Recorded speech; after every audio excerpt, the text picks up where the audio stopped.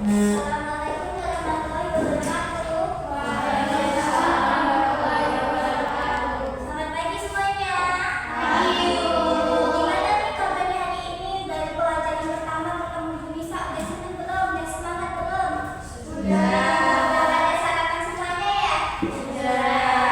Nah, karena hari ini dari kelas pertama, Ibu akan membuka kelas pada pagi hari ini untuk berdoa bersama-sama.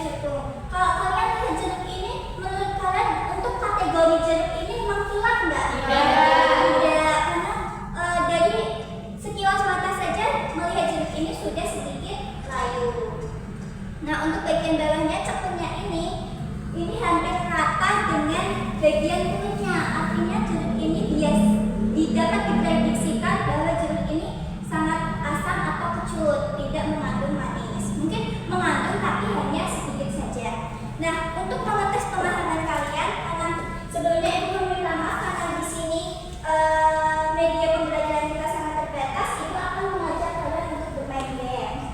Kita kompetensinya ini apa? Jadi di sini Ibu punya tabel tentang klasifikasi buah dan sayur seperti yang Ibu jelaskan di awal tadi.